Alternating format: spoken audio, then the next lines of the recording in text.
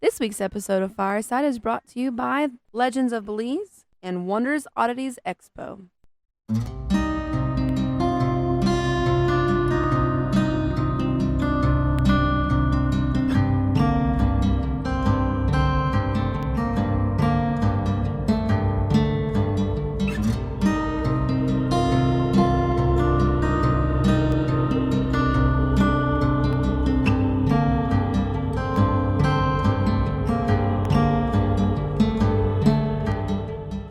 Hello, everybody. You're listening to Fireside Paranormal Podcast. My name is Jordan Cline. I have a fun show planned out today. My guest tonight is Clayten Bynum. He's with Bynum Investigations. I'm really excited for this one. Before we get to him, just a few announcements. Legends of Belize is a series about mythical creatures that dwell in the jungles and waters of Belize. The Belizean legends are captured, documented, and preserved like never before in a comprehensive art series and books with fully colored and detailed images of fine art by artists, authors, and award-winning animators Dismas and Grissi G. Discover the supernatural creatures that await deep in the jungles, such as the mysterious dwarf called Tata Duende with backwards feet known to rip the thumbs off of trespassers, or the beautiful shape-shifting woman known to locals as the Ishtabai, who seduces drunks to never be seen again. These creatures and many more can be found in the Legends of Belize books. Learn about the cryptozoological, paranormal, and unexplained creatures that haunt Belize. Be fascinated. Be terrified. Belize. Legend of Belize books are available in print and ebook. Buy your copy from your favorite online bookstores such as Amazon, KDP, Apple Books, and many more. Also be sure to visit legendsofbelize.com. Also, the Wonders Oddities Expo and the Tri-State Exotic Animal Expo have combined in an amazing super show inside the walls of the haunted West Virginia State Penitentiary in Moundsville, West Virginia. This is March 25th and 26th, Saturday and Sunday. The Saturday times are 12 to 8, Sunday 10 to 5. Tickets are $10 at the door. I'll be there with my recording equipment, so if you want to stop by the table, share your personal paranormal story, and check out some of the merch, I'd love to see you. Again, that is March 25th, 26th at the West Virginia State Penitentiary in Moundsville. Let's go to our featured story for the week. Our featured story comes in from Lucinda. My name is Lucinda Jones. I'm from Delaware, Ohio, and I have a story about the Mansfield Prison. All right. In Mansfield, Ohio. So my cousin and I won a overnight stay with another paranormal group, one of the TV groups. I can't remember their names, but it was interesting because that's the first time I've learned that supposedly I have some sort of aura, right? So we come in, and the medium that was with him, she looks at me, she goes, "Oh, you're sparkling." Oh. I know. I was like, "Oh, I am I?" And she goes, "Yeah, she goes, you know the balls that you touch with lightning?" I said, "Yeah." And she goes, "It's like coming off of you like that." And she looks at the group and she goes, "This is going to be a fun night." How about that? And little did I know she was right. So lots of stuff happened. If you can ever do a tour there, it's amazing. It's super. I've heard it's a great place. Oh, it's beautiful. It's beautiful. The history is crazy. But so there's a shower room, and apparently that's where obviously a lot of murders happened. And they said that there's a lot of the most activity happens there. Well, we went in as the group, and I wear headbands, like bandanas all the time, right? And they're doing all the equipment and getting, blips here and there and stuff. And I'm standing, now mind you, I'm a pessimist, right? I've really tried to okay, this stuff isn't real.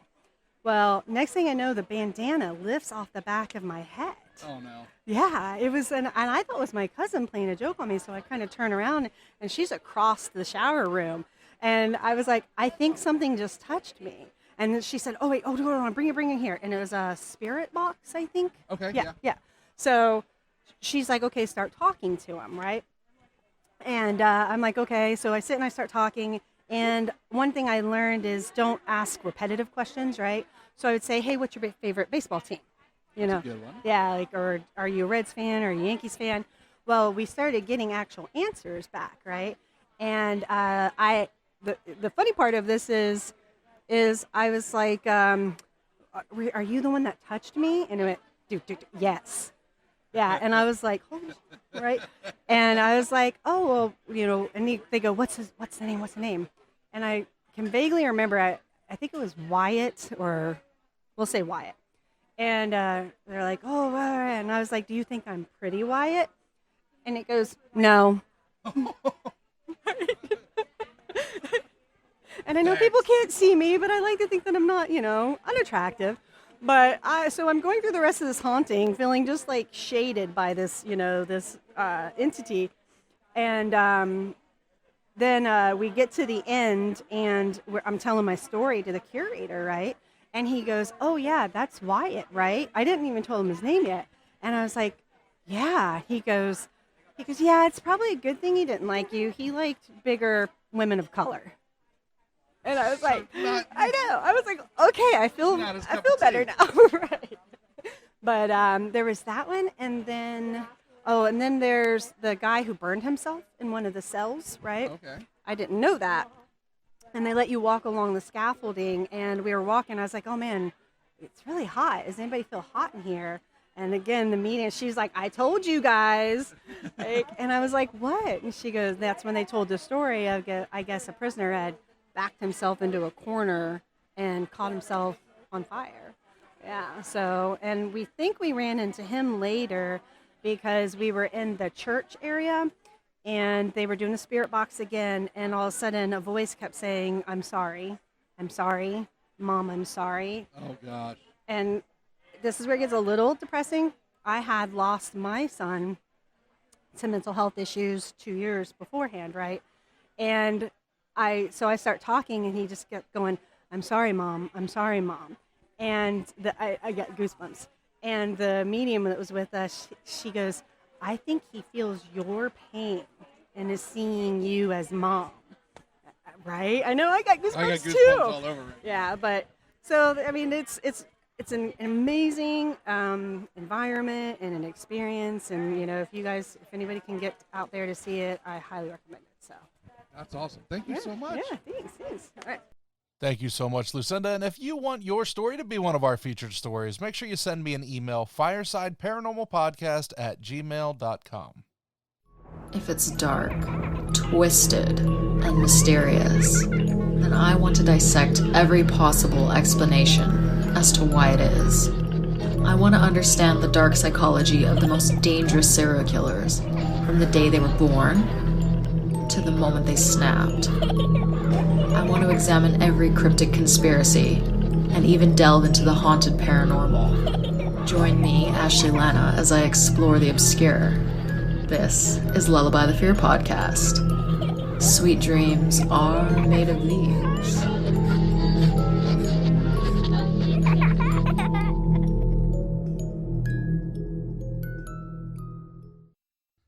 All right, I want to get to my guest. Join me by the fire as we welcome Clayten Bynum. He is the lead investigator and owner of Bynum Investigations on YouTube. Clayten, you with us? Welcome. I'm so happy to be here. I really am. Thank you so much for having me, Jordan. I'm looking forward to it, man. I want to hear some of these stories. You go around all over the place. I do, and I tend to do that with storytelling too. I will eventually, I bounce back because there's so many instances that I love to talk about that, like, I just get lost. I love paranormal. I have so much passion in it, so I just get so lost in talking about it. All right, so let's get started. How long have you been doing this? I have been doing, like, witnessing and experiencing paranormal ever since I was a kid, and I got this sort of like connection type of thing from my great grandma, who was 100% Cherokee Indian. Oh, wow. And I've heard stories about her, about how she was psychic. She had ghosts with her all the time. Basically, my mom said that she would house ghosts. That's how many she had around her.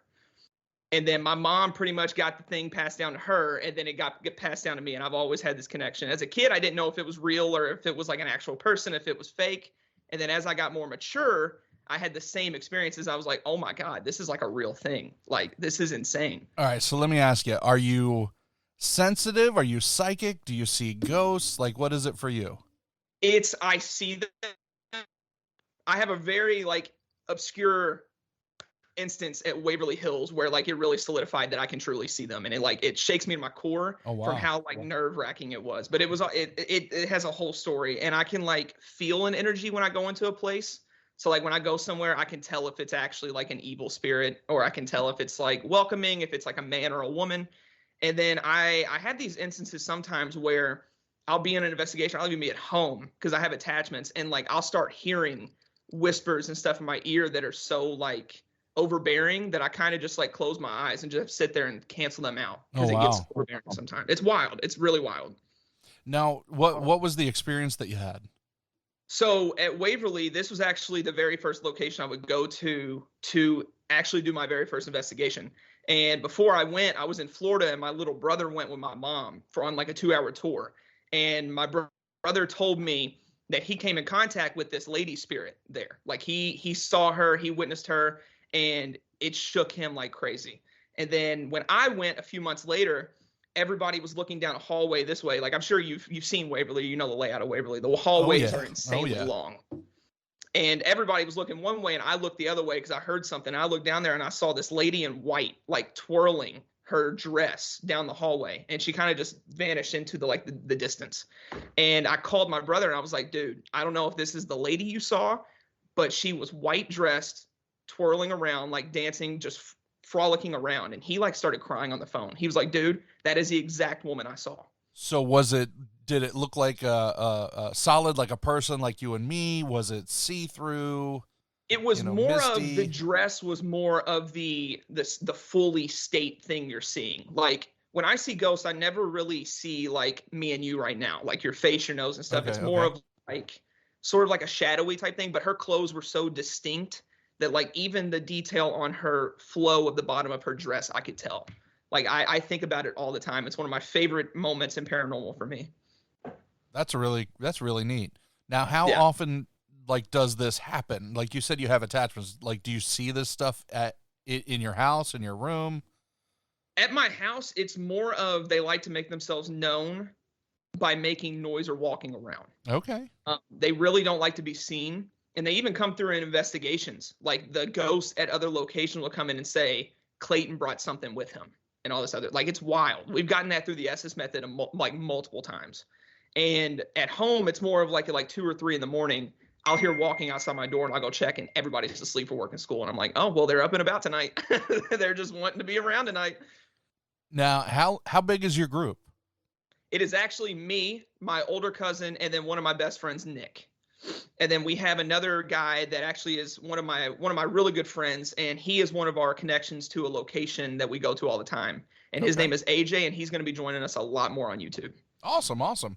So tell me how you guys got started. How did y'all, I get like the relation with everybody, but what was the deciding factor to, hey, let's start a group. We're going to start a ghost hunting group. We're going to, put it on YouTube. Like, right. What was the beginnings? It's actually really cool. Me and my older cousin, one of the main things that we've ever bonded with was paranormal. And when we got old enough, like we had always gone over to each other's houses or even got on FaceTime and talked about the episode of Ghost Adventures that had dropped that week. And that was when it was on Travel Channel, when we had like DVR, all that stuff. We'd have to record it after school and all this other stuff. And when we got old enough, I was just like, dude, we have this connection. We have this passion. Get the equipment. We already have a nice camera. Let's do this. Like, we're the age. We have the money. Let's do this thing. Like, it's awesome. And this is after I had grown one of my TikTok socials really, really well. And I was like, I love content creation. I love doing this. I love connecting with people. I love entertaining people. So let's do this, man. And he was like, let's do it. So how long has the channel on YouTube been around? We actually just posted our very first investigation. It was actually 2 years ago, and that was before we had actually fully gotten into it. So we posted one and kind of took almost a year break because we hadn't been anywhere else. And we finished a whole season of episodes, and we just started posting that last November or October, I believe. Okay. And yeah, we're filming season 2 right now. That's fun. Like, what kind of following are you getting now on YouTube? We are almost at 2,000 subscribers. Come on. And we actually are becoming a lot, like, very good friends with other paranormal creators, which is amazing. Like, the paranormal community, I didn't know it was so big. Like, I had no idea it was so big.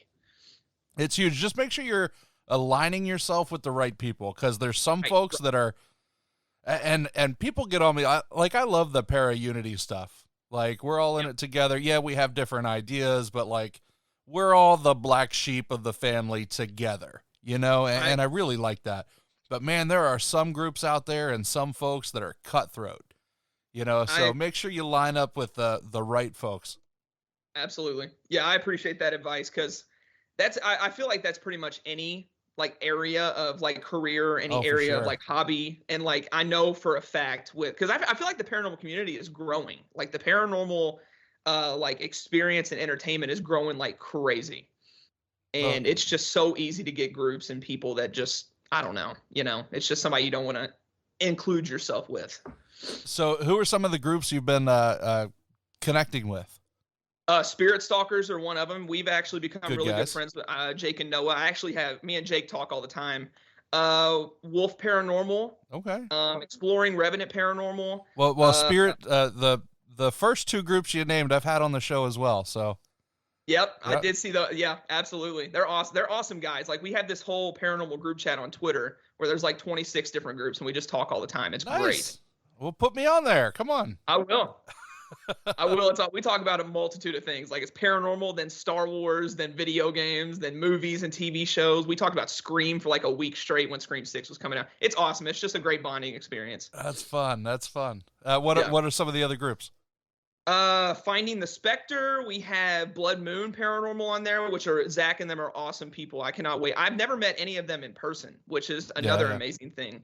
Because I'm connecting with them so well, and we've never met in person. So I'm excited to eventually meet up with them, meet them in person, maybe collaborate with them, and just have a great time. Because I love all their paranormal experience and like techniques.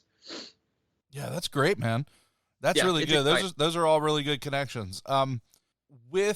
With your team, like, do you do more of the, I don't want to say like pay to play kind of places, like the bigger name places, right? Or do you do more residential? Like, what's your goal? What's really cool is season 1 was entirely places that people have really never heard of. Like we did pretty much all of season 1 was, I believe the only place that wasn't residential was Octagon Hall in Franklin, Kentucky. Everything else was one of my friends or somebody's house that I've been to that's haunted. And it was an amazing experience because all the people I went to, they've never done paranormal. So we were in their house and they were witnessing the stuff that they experience all the time and we're trying to explain and they couldn't. And they were just blown away. It was absolutely awesome. That's a lot of fun. What are some of your favorite locations you've seen so far? Ooh, Waverly, of course. I mean, that's pretty much in every paranormal investigator's at least top 15 places. It's just an amazing place. Octagon Hall was really, really good for us. Like, I think what we did strong there is we introduced ourselves in depth to all of them, and they started introducing other spirits to us through S's method. Like, they were really interested in learning about us. Okay. Now I've heard of Octagon Hall a few times. Mm-hmm. Trying to think of who I had. I've had some guests on there. Is that the same place Kalani got arrested in? Ooh, I don't know. Is that? I don't know because I know there's an Octagon Hall and then Octagon House that's in Ohio. Okay. Which he goes to a lot. Which Kalani's really cool too. Me and him follow each other on TikTok, and it's really, really cool. That's cool. He's been on the show too. Yep. We met at a convention. We did a convention together, so he's a pretty neat guy. He's definitely getting it out there. Yes, he is. The Estes method. Walk me through how you do it, because I've heard some crazy stories from some groups on how they conduct their methods. So, how do you set yours up? So what we do now, what I love about season 1 is it shows like kind of how rookie-ish we are when it comes to paranormal, like seeing ourselves grow and how we're filming now. It's amazing. Like, it's so cool. And now how we do Estes method is the person goes under fully like soundproof headphones. They cannot hear a thing. And we even show the camera they can't hear us by doing different voice levels and types like that. And we whisper every question we ask. Like, we'll talk like this and ask questions. Okay. And whatever they respond with, it's usually it's actually awesome. The Estes method is amazing. Now, you do have some instances where you're like, I don't know, you know? What do you listen with? What kind of equipment do you have?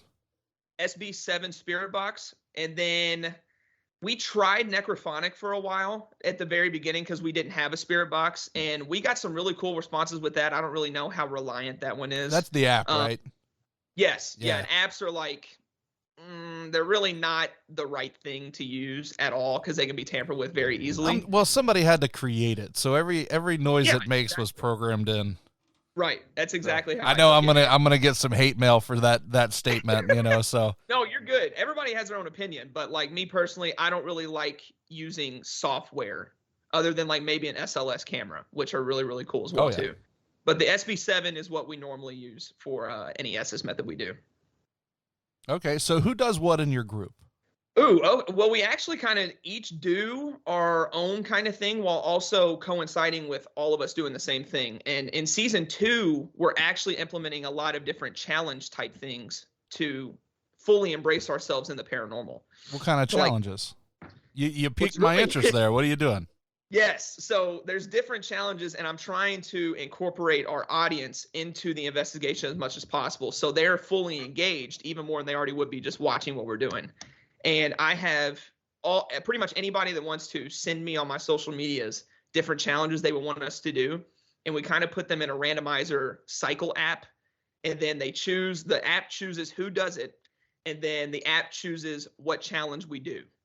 It's very cool because you go in not knowing who's going to have to do the challenge. And then you don't know what challenge you're going to have to do if you get chosen. So it's kind of like you're kind of screwed right on the spot. So do you do more live? We actually don't. We are trying to implement lives a little more, just because TikTok is an amazing platform to utilize for growth. Big time. And I started doing that on the last previous investigation we went to. And on live, we actually caught a cat ball rolling off the table twice on its own. Oh, yeah. That's good. So it was really cool, especially having a live audience witness that. So it was really, really cool witnessing that. And we film on a Canon 80D and then some night vision cameras for our YouTube videos. Okay. So how long does it take for you to film the episode, I guess, edit it all down and then post it? Filming, we usually, so like if we're going to start the investigation at like around 9 or 10, I like to get to the location about 5 or 6, get some like B-roll footage, get some shots of the exterior, get some really cool shots of the interior. I really like to get familiar with the place. Like I really like the place getting to know me a little bit, showing that I'm not coming with any disrespect. I'm here to communicate, and I'm here to have a great time. And after that, we start the investigation. We film from whenever we start, have maybe an intermission to charge some stuff, and then we're right back to it. Okay. How long are you at each location? At Octagon Hall, we were there for 15 hours. Oh, wow. Waverly, we're there for 8 usually. And then at like residential places, we're there as long as we want to because it doesn't cost anything and we know the people that we go to. Okay, so you're spending some time in these places. That's really good. Yes. Oh, yeah, absolutely. And like I even have people that are with me that go and they're taking naps because we're there so long. Me, I don't go to sleep on an investigation. If I'm there, I'm fully into it the whole time. But it is what it is. That again just reminds me of Kalani, who will stay a week in a location and just like fall asleep on a couch there and like, this is one of the most haunted areas that I've been in. Time for a nap. Yeah, I would love to do an experiment like that, staying at a specific location for that long of time, just to see if that changes how the ghosts interact with you, if they get more comfortable. There's just so many things you could do with that. Well, I just had on Nick Simons with, he was on 28 Days Haunted.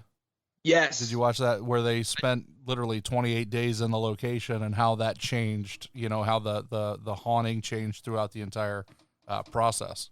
Yes. Real neat. Very. All right, so I did interrupt you because I am slightly a lot ADD. No, you're fine. You're all good. So what does everybody in the group do? So me, basically, I am the main marketer. Like I have all the platforms, I post on everything, I interact with everybody, and one of my main things is interacting with every comment that happens on YouTube. So like I will talk to everybody. I'm huge on everybody having their own voice heard. I'm usually behind the camera, in front of the camera, talking about like what we're doing now, what's going to happen, kind of like running the show. And then everybody else, they're there to just do whatever. They're there to investigate. Sometimes they have me go do something randomly. I'll have them go do something. It's kind of like it is like a business, but it's more of like for fun, and we're doing stuff authentic. That's what they're just warm bodies, right? No. No. I'm joking. So like, how do I want to say it? Like, so you get your group, you go into these places. Does everybody spend like, cause you're talking about like the challenges, like does everybody spend like the equal amount of time doing the ST sessions, or Do you have like certain people that do that, like because you're more sensitive? Are you the ones with like the headphones on? That's actually, yeah, we actually have a guy, Nick and AJ. Nick and AJ, my friend AJ, who's not technically in the group, which he probably will eventually become a member. But Nick is huge with ghosts love channeling through him. I don't know what it is. He's very open to it, I guess. Okay. And they love talking to me rather than like talking through me. So usually Nick will be the guy that's like being like the middle person that talks for the spirits, and then I'm the one usually asking questions. So that's pretty much the role when it comes to Estes method. Now, do you go through the houses like or homes by yourself first to get like a, I don't know, like your psychic senses? Get like a feel. Yeah. I actually do sometimes, depending on the location itself. Like for instance, at Waverly, the very first time I went, we went to a public investigation, which I don't suggest that for any paranormal investigators at all. That was not the best, especially for content, but it was still fun to get used to the building. And like the tour guide would go to different spots of the building, and before she could even say what happened, I would say it. And I knew nothing about the paranormal instances of the building. And she was like, "How did you know that?" And I was like, "I don't know. It's my first time here. I just kind of just got it." I mean, it is what it is. That's pretty good. It was really cool. It was really, really cool. But yeah, I really like to get a feel for what we're going through and what we're going into. Because I tell my crew all the time, I'm like, guys, if I'm ever down or like unenergized, because I'm the most energetic person I know personally, like I am just through the roof, happy, optimistic. You're like a puppy. Yes. Yeah. I get told all the time I got golden retriever energy for sure. For sure. I tell them all the time, if I'm feeling bad or like I feel like something horrible's here, like we might be in some trouble. Like there's something here that's way more powerful than any of us. Now, on these walkthroughs, do you ever see anything as well? Sometimes, yeah. Sometimes, like especially locations like Waverly that are very curious spirits, you will see them like peek through the door frames and like kind of like look at you and then peek back and they're gone. Oh man, it's awesome. And All like that's another thing at Waverly, like the tour guides were pointing at this area down the hall where your eyes kind of mess with you and you see shadow figures. I was like, guys, that's your eyes. Like if you look at the light so long, it's got a kind of like tunnel view, then you're going to see stuff. And I was like, the real activity's happening down that way, the opposite end. Like you hear stuff. I literally just saw somebody walking in the door frame. They were like, no, it's this way. I was like, no, it's not. I promise. Trust me, I kind of know what I'm doing. Trust me. Right. Hey, so I do want to ask, and this is something I do love asking groups, like you're doing the paranormal stuff. You've been seeing things since you were a kid. You hear things, have senses, all that. What scares you? The only thing that's ever scared me is something I've only came in contact with one evil thing. Like I know all these people that go to a building and they're like, I came in contact with the devil or a demon. And I'm like, it is such a rare occurrence to come in contact with something that powerful. Yep. It's kind of unreal. And I thought that way. And then I came in contact with something like that and it changed my whole view, like in everything. Like I saw the cabin we were in, the outside, you could see like light in the window. Where was the this? Cabin? That was actually at my friend Hunter's property. He has a cabin in the woods that has been haunting me ever since I was a kid. Like it haunted me so bad when I was a kid, I couldn't go back for 9 years to that property. Oh, wow. It was bad. That place tormented the absolute crap out of me. It was horrible. And that entity, you can't even say its name or it kind of like spawns in, and the cabin looked like it was being swallowed by blackness just because it was there. It was horrible. That's the only thing that's ever scared me, is if something is like really negative and really strong, that is the only thing you will catch me kind of like weary of. Everything else, I run to it for a camera, or I'll sit there and be like, that is awesome. Thank you so much. Now, are you always with somebody? You ever do this alone? I do that. The last one I did alone for a little bit. My friend AJ had to be there for liability purposes of the building. Yeah. But I told him, I was like, look, I'm the only crew member here that's on my YouTube squad. I want to do some stuff alone. So I went into the basement that's been untouched since 1905 by myself. Like a place where they used to like shackle people up against the walls, because it was a jailhouse where people would be hanged in Kentucky. It was insane. Oh, man. Yeah, that was a wild experience. I actually really like going alone, depending on like the time, the place, blah, blah, blah. It's really interesting. What is it that you feel is different? Is it distraction, or It's I don't know, because some people will bring a certain energy to the room that kind of like makes you like, did you like, don't overdo what we're hearing, because a big thing with our group is we love debunking stuff. When we Oh, hear yeah. a sound, when we hear a growl, when we hear a talk, when we hear a voice, anything, we're like, pause, redo what we all just did, because that we're not we do not classify anything paranormal until none of us can explain anything about it. That's good. Those are good habits for Yeah, sure. it's great, because when you get the real stuff, you actually have that, oh my God, we just Yep. captured that. Yep. Instead of just being like, that was a Yep. footstep, that was a knock, that was a blah, blah, blah. Because then you don't have the true excitement of getting paranormal evidence. Is this an EVP or is it because we ate Chinese? Right. Like last investigation, this was the very first time we've ever had to go immediately review footage. And we got on video, me and AJ were both in the basement, and we had the entire building locked down. Nobody was inside, nobody was outside. And we heard a voice, I heard a voice scream my name. Like scream it. Audible. Come on. Clay. Now, And I was did like, AJ hear it too? AJ heard it, but he didn't know it said my name. And we went back and reviewed it, plugged in my noise canceling headphones, and like pressed up against my ears. 100% audible vocal tone and everything. Woman, Clayton. It was unreal. Like I was freaking out. I was like, that is absolutely amazing. Yeah, that's incredible. Yeah, it was great. Man. Now, what are some, like, tell me some stories, like, because you got your crew, you're not afraid of anything. What are some locations that your guys have freaked out at?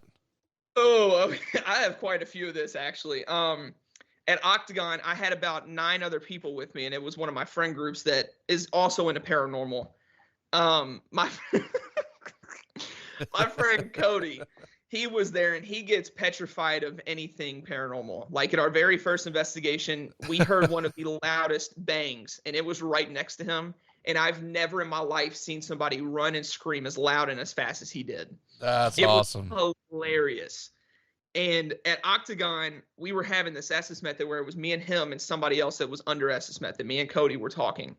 And we were getting such direct responses that Cody was like getting chills. He about started crying. He was freaking out. It was great. I was just laughing the whole time. I was like, dude, calm down. It's okay. It's all good. I promise. You're fine. Now, Cody, is he the one you stick the headphones on? No. He was just a friend man. that just happened to wanted to go. He actually didn't want to go. We kind of forced him to go. But it was fun. He enjoyed it. Don't worry, it'll be great. Yeah, it was hard to convince him, but when we took him, it did not disappoint in the content we got from him. It was hilarious. That's great. That's great. So tell me what season 2 has in store. Like, what kind of locations are you seeing? What types of experiences have you had so far? Yes. So season 2 is going to be wild. We are going to some more kind of big name locations for the very first time. We're going out of state for the very first time. Okay. Which is really cool. And our new methods of doing things it's so promising, especially with the investigation we've already done. Like we are getting more evidence. We're getting more like undeniable proof, which we try to like, even when we're editing, if we get something, we try to deny it for like 35, 40 minutes. Yeah. And if we can't, we freak out. We're like, oh my God, we got that. That's insane. Like last investigation it's going to be our very first video of of Jailhouse Pizza in Brandenburg. It is a up and running pizzeria right now. And that's the place that used to be a jail that hanged people back in the day. And now they serve pizza. Yes, they do. They serve pizza, and it's actually really good pizza. That's awesome. I've never in my life seen REM pod communication that me and AJ got that night. Like we got confirmation of an afterlife from a spirit, like from a spirit that is, it's like, I don't even know how to describe it. It's a little girl named Lily, and we've come in contact with her multiple times, and she's actually she loves Jailhouse, absolutely loves it. She's there all the time. She's even asked other investigators, where's Clayton? Like the investigators that don't know who I am, they're under S method, and they literally say, where's Clayton? All right, so I gotta ask, right? Why is there a little girl spirit at a jail? Her dad was actually the ward there, and she was there all the time, and they used to play with the doll that is still there. Okay. Yeah. And she would spend a lot of time there with her dad. Like even all the other workers would know who she was. So that's because I asked the same thing. I was like, why is there a little girl at a woman and male jail where people used to die? Yeah. See, anytime, and this is where I get into it. Like any of the kid spirits, like my brain's like, that's a demon messing with you. I feel, yeah. It's like, oh, it's a prison, and there's like a little girl being like, where's Clayton? Yeah. You're gonna die. No, I feel it. Absolutely. Usually kid spirits are like a pawn to get you comfortable, and then you're screwed. Yep. Take me home with you, Clayton, so I want to feel safe. Right. That's how it Oh, ends. I know. So you said you've come up with that spirit several times at that location or at other ones? She's only come up at Jailhouse. Okay. So, have you had any that come up from several different locations that's like the same spirit following you? The only time I have, it was actually my great grandpa, who I Okay. went a medium before I went to Bobby Mackey. And Bobby Mackey, we didn't really get anything other than one of the most clear apparitions caught on camera I've ever seen in my entire life. Other than that, we were stuck in a snow blizzard at Bobby, and they didn't turn the heat on for us, so we felt how it was outside. It was miserable. It was horrible. Absolutely horrible. That's very kind of them. I know, right? And then before we left, she goes, oh, wait, I got to turn the heat on when you all leave. We were like, I mean, okay. Appreciate it. Yeah, when you guys get out of here, we'll turn the electric back on. So I went and saw a medium before that, and I'm kind of not necessarily iffy, but, I question because, people could say that and they just trying to make a buck. You know what I mean? Oh, yeah. But she told me that on my paranormal journeys, I need to have a spiritual guide. And I asked what that was, and she goes, that's somebody close to you or a spirit that you know that would protect you on your journeys, because she said this is going to get really dangerous for you at some points. Uh-oh. And she said there's somebody in the room named Alan who is saying he will gladly do it. And that is my great-grandpa's name, who died like 3 or 4 years ago, which I had not talked about at all to her. I don't know how she knew that at all. Wow. And I was like, that is the only person I was thinking about to be my spiritual guide. And he's come up at the cabin when that evil thing showed up. Whew, that made me cry. That's an investigation that actually made me cry. That was unreal. And then he came up at the last investigation. He was at Jailhouse with us. Do you see him? No, it's more of a feeling. Like I remember the exact feeling I felt when I was in his presence. Like it's a very clearly distinct feeling that I have never felt with anybody else. And it only comes up twice. It's only came up twice. Like I've only felt that way twice in an investigation. Man. I know. So I gotta ask this, and I know it's a touchy topic, but you said that something at that investigation made you cry. Yes. So I have to have some details. Absolutely, yeah. My friend Nick, he was barely my friend at the time. Like we had barely known each other, barely talked to each other. He knew nothing about me. He was under S's method again. And when that evil thing came through, we were like, dude, we got to get Nick out. This could get really bad. Like Nick's he's very vulnerable right now. We need to get him out. And then he came through, and I can't remember the first thing he said, but he said, I'm proud of you Bynum boys. And me and my brother were there. And me and Will were like, my brother's Will, he was 14 or 15 at the time. And he looked at me and we were like, what? And then my cousin Tanner was there too. And we were all three close with Papa Al. That's what we called him, Papa Al. Yeah. And then Nick started talking like Papa Al, not like vocal tone or anything. He started speaking with like vocabulary that I've only heard from Papa Al, like calling people sir, yes sir. He was saying yes sir. He kept saying turn the camera off. Papa Al hated his picture being taken, refused to get his picture taken. And in that investigation, we had another night vision camera set up across the way. And right when he said that, it turned off on its own. It shut off. Wow. I know. It was insane. And then he said he was always with us even after death. He's with us no matter what. And then we asked him a specific question, Nick, and we were whispering too, and Nick knew nothing about this. We said, are you with Granny? And that's who we called his wife, Granny. And he said, yes, I found her. And like me and we started, It was unreal. It was unreal. It was insane. And we even confirmed, we were like, is this Papa Al? And he said, yes, sir. Yes. Wow. It was crazy. Yeah, is that's one of got to the- be oh, emotional. That's Yeah, got to be emotional. it was a very we had to cut it after that. We were like, all right, that's it. We can't do anymore. This is too emotional. It's insane. Now, was it just you that got emotional, or was it just like a big old sob fest? Oh, it was me, Will, my brother, my cousin Tanner, who's one of my crew members, and then even my friends got emotional, like that didn't even know Pop Wild. They were like, Clayton, he's here with you. Like he's on this journey with you. Wow. You're safe. Like this is Wow. it was just a very moving moment. That's really cool. That's really cool. It was wild. All right, so you said you're in Kentucky, right? Yes. Right. So yes. you're going to start leaving the state to see some other locations. What places are you wanting to see?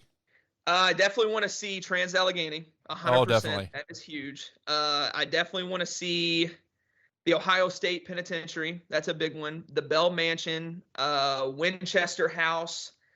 Oh God, Conjuring, which I don't know. Like with the price increase recently, I'm just kind of like she's really in it for the business aspect of it. So I'm kind of like, I'll eventually go there. I have to. That's a bucket for me.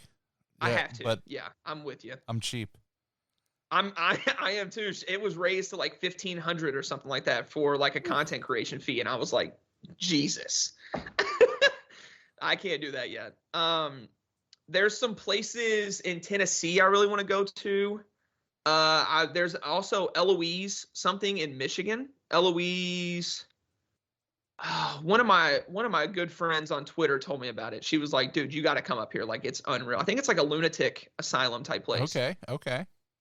And then, I don't know. There's so many on my list. Like, I have a list of like 350 locations that I add to all the time that I can't keep up with anymore. But we're going to get that list completely done. Now, see, I'm in West Virginia. You could probably do a whole season in West Virginia. Yeah, absolutely. For sure. Yeah, I wish I could show you my list right now because like it literally just goes and goes and goes. It's crazy. Well, okay, so how many are you trying to hit for your second season? Right? So first season, I believe we did 5 episodes. So I think we did 5 locations. I want to get probably about 9 for season 2. Okay. And with season 2, I'm also going to implement a weekly trailer for the upcoming episode because we didn't do that for season 1. Because I feel like trailers, I'm trying to cut down on my time length of the video, and I'm going to get kind of like not necessarily clickbait, but the hyped up trailer moments for the trailer itself, and then just go straight into the history and investigation of that video dropping on Sundays. Okay. How long are your videos? In season 1, I think our longest one was an hour and a half. Mm-hmm. And then it went anywhere from about 59 minutes to an hour and a half, which I kind of want to get it below 55-ish. I want to keep it about 40 to 55 in that range. Okay. That's not a bad time. No, it's not. And I don't want to, I'm huge on quiet zone, like quiet pieces of media not being in there because like you don't want it to get unattentive for people. Yeah. Well, I mean, that's just like in radio. If it's 10 seconds of silence, somebody's going to turn the channel. Exactly. Right. So have you pinpointed locations like that you're definitely going to see for this season? Yes. We have one that I'm not allowed to speak about. Yet. I know. It's spoilers. Also Nobody listens to this show. You can tell us. It's more of I can't speak on the collaboration yet. It's really, really exciting. That's I can't wait for that one. It's going to be great. When is this happening? This is sometime in April, end of April. Very exciting. Any hints? Yeah. Any hints? I can't. I really wish I could, but it's going to be a fantastic episode. It's going to be great. It's going to be great. That's all I can say, but it's going to be fantastic. Oh, that's awesome. All right. I'm trying to think. I know there's some other ones we have like pinned. I know Bell Mansion's one of them. We're going to Bell Mansion for season 2. Fairfield County Infirmary is one of them, which I cannot wait to go to. I actually was going to go to that in January, and then the ice storm hit on the day of my investigation. Oh no. So we have to reschedule that, and we can do that pretty much anytime we want. And then I know there's some more. It's in my list, but I know it's going to be really, really good. So I do want to ask this too. Like, how do you fund these trips? So that's where it gets to where like the seasons kind of spread out a little bit because we all work and save, and then whoever goes, it's anywhere between us three or like us three plus like 2 or 3 other people, and we kind of just split that amongst each other. Okay, not too bad, because the cost of paranormal tourism sure has increased. Oh, it's insane. It's really crazy. Now, some of the locations we're going to, like the Winchester House, that's actually relatively cheap. Really? It's a really good price. It's like $200. Oh, wow. And it's like a 12-hour investigation or something like that. It's an amazing price. Like it's great. Yeah, that's one that would be extremely fascinating. Yeah, I really cannot wait for that one. There's a bunch, and then eventually I want to go to Salem for like a week. Oh, and I want to go to Savannah for like a week, really badly. Oh, I was just in Savannah last Wednesday. It's nice. Is it good? Oh, it's beautiful. Yeah, I've never been like at all. I've never been anywhere west. There's so many places I gotta go. It's unreal. I ain't never left Kentucky. So I mean, pretty much no, other than like Florida for like vacation. I'm getting evil looks from my wife. She's from Kentucky. All right, man. So tell everybody how to find you. So I am very interactive on everything. I have a Snapchat, Clay-Man5. That's really all I respond to there all the time. I post behind the scenes on there all the time. Oh, that's cool. My TikTok is Bynum Entertainment, and I've almost got 23,000 on there. And I'm going to eventually make another TikTok channel, Bynum Investigation, where I post behind the scenes of like my investigations, teasers, hype up stuff, evidence we've gotten on other ones, all that stuff. That's Instagram, awesome. Twitter, YouTube. I respond on everything. So you're rocking 23,000 on now? TikTok. Yeah. Come on. I'm at 7,999. Just waiting. Yeah. Just waiting for that one more to hit over the top. Anybody out there? Anybody? Just one. Just. Actually, hang on. Hang on. I don't know if I'm 100. I don't know if I'm following you. Hang on. Is it the same Fireside Paranormal? Oh yeah. Oh, somebody give me a drum roll out there. Anybody listening? Do what you got to do. Turn your radios up. Is it Fireside Paranormal? Yeah, you got to come on now. Waiting for the alert. Uh-oh.